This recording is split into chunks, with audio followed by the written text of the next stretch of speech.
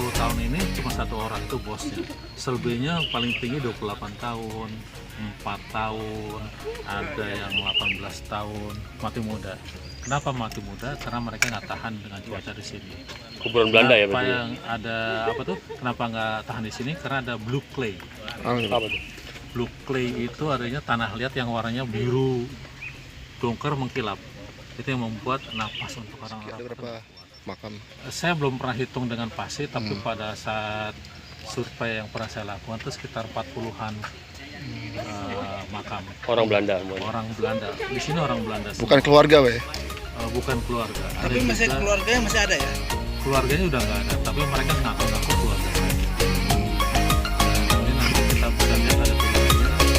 Tapi orang Belanda sini sih kemarin dia langsung aja. Karena hijaunya langsung. Biasanya ditumpuk nih, Pak ya. Di Condet ada.